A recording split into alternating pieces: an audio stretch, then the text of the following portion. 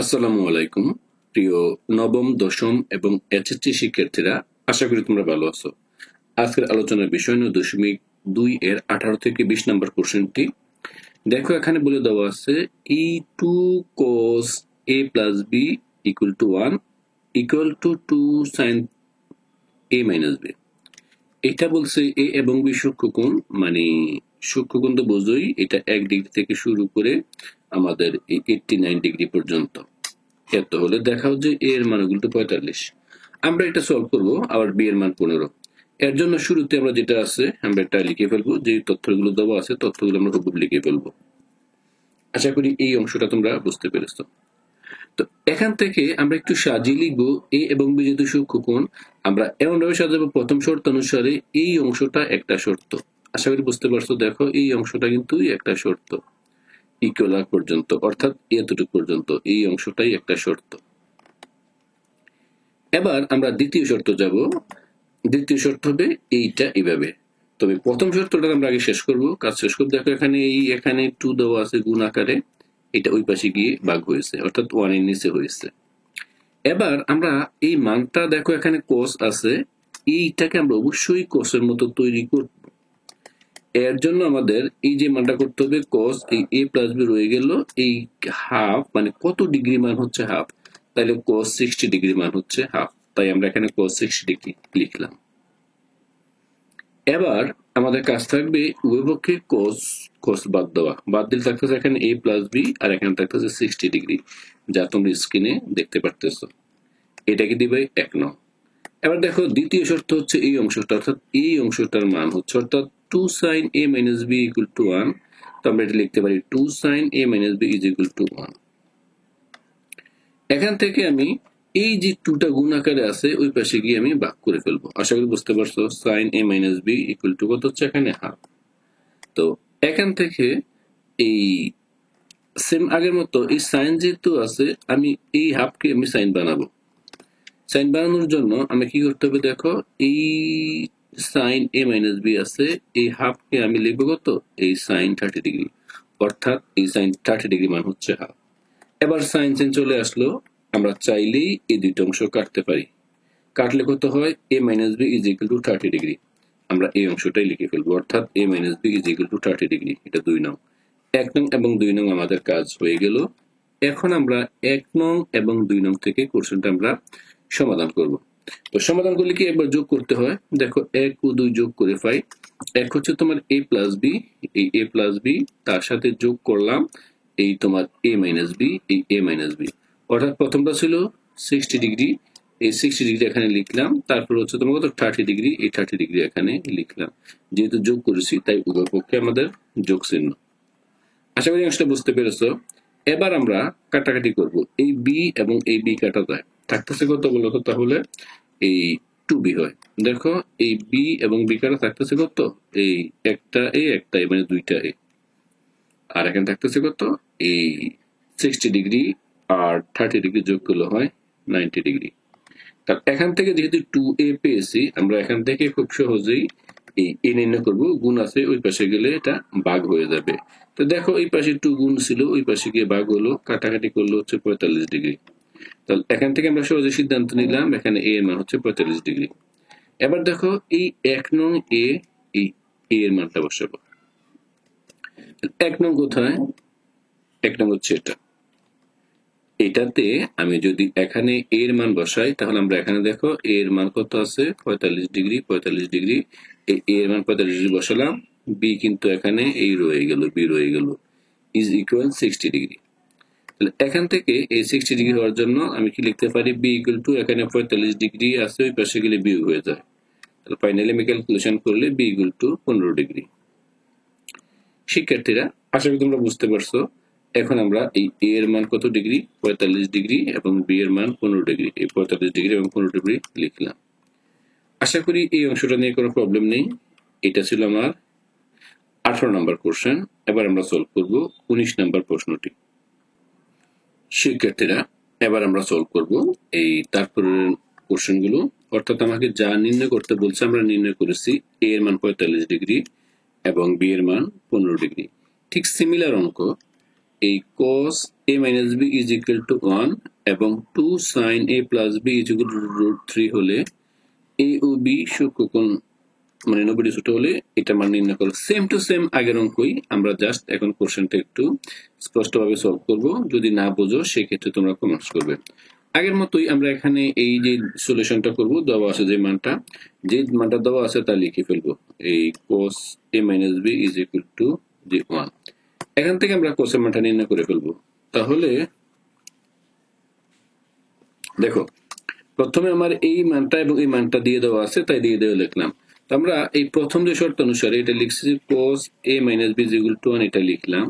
তো এখান থেকে আমরা সিমিলার ওই যে cos কত এর মান 1, মানে 1 কে আমরা cos থিটা বানাবো 1 কে। তাহলে cos কত ডিগ্রি মান 1 হবে? cos 0 ডিগ্রি মান হচ্ছে 1।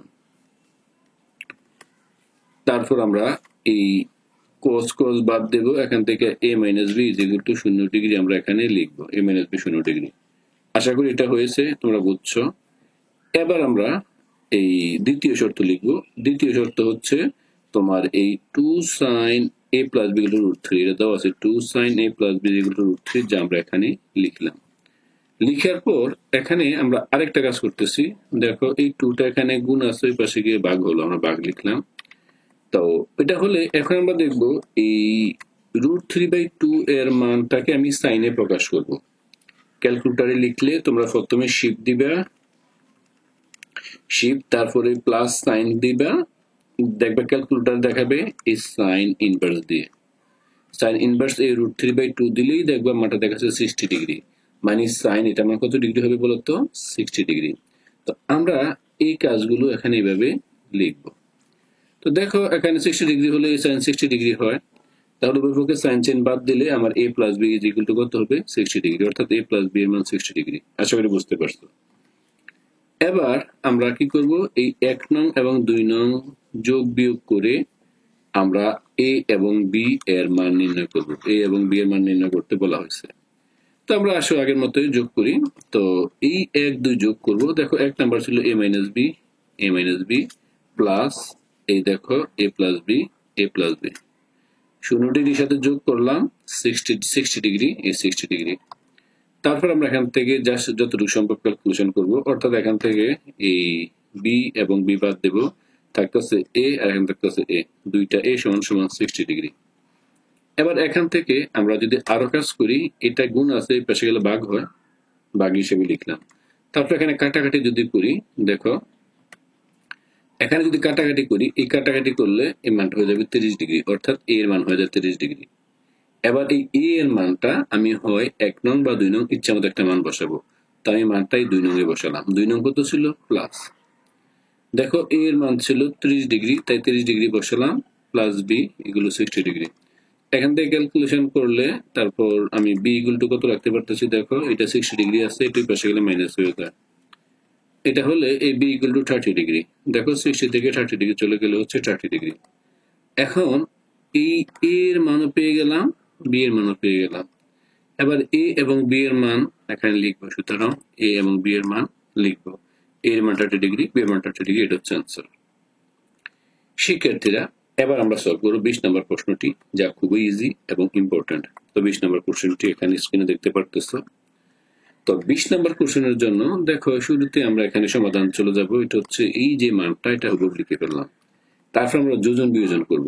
যোজন বিয়োজন মানে হচ্ছে কি, তোমাদের সুবিধার্থে একবার দেখাচ্ছি। যোজন মানে হচ্ছে এই যে উপরের অংশটা, এই দেখো করো, এই cos a minus a sin a, এটা থাকবে, দুই পাশেই থাকবে। আবার এখানে লিখবা এই cos a minus sin a, অর্থাৎ এই যে উপরের অংশটা আছে বা লব, এই লবটা কিন্তু দুই পাশে লিখবা। তারপরে দেখো এইটাতে যোজন করার সময় এই প্লাস আর এটা হয় মাইনাস, বিয়োজন। আবার বলি, নাম হচ্ছে যোজন, আর একটা হচ্ছে কি বিয়োজন। যখন আগে লিখবা, আগে যোগ থাকবে, নাম হবে যোজন, তাই যোগ, নিচে থাকলে বিয়োগ। এই দুইটা লিখার পরে তোমাদের কাজ থাকবে যে বিষয়টা, আমি আবারও বলি, যোজন বিয়োজন করার সময় এই যে হর এবং লবের অংশ, দেখো এই অংশটা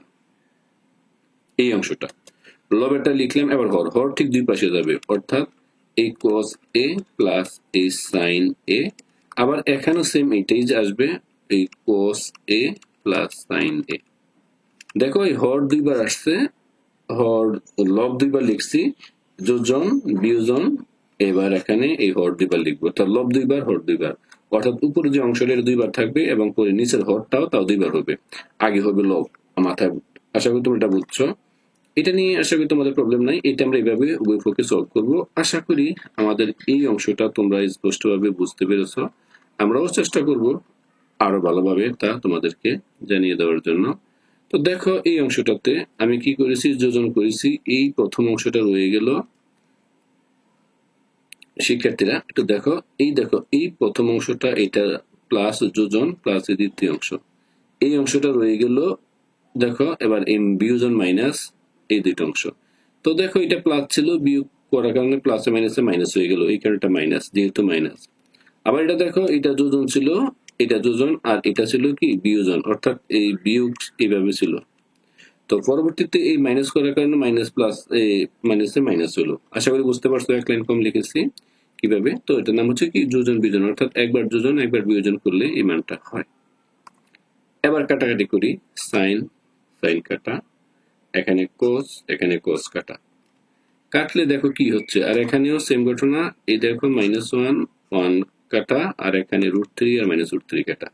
তো থাকলে উপরে থাকতেছে আমার কত, এই মাইনাসের আমার দুই, এই দেখো এই cos a আর cos a, অর্থাৎ মাইনাস মাইনাস কাটা যায়, দুইটা cos a, আর এখানে কাটা যায় কি দেখো তো, এখানে কাটা যাচ্ছে এই cos a থাকতেছে, মাইনাসে দুইটা sin a থাকতেছে, তাই মাইনাস দুইটা sin a, আর এখানে কাটা যাচ্ছে 1 1 থাকতেছে দুইটা √3, এই দুইটা √3, আর নিচে এই √3 কাটা থাকতেছে -1, এখানে -1, তাইলে -2।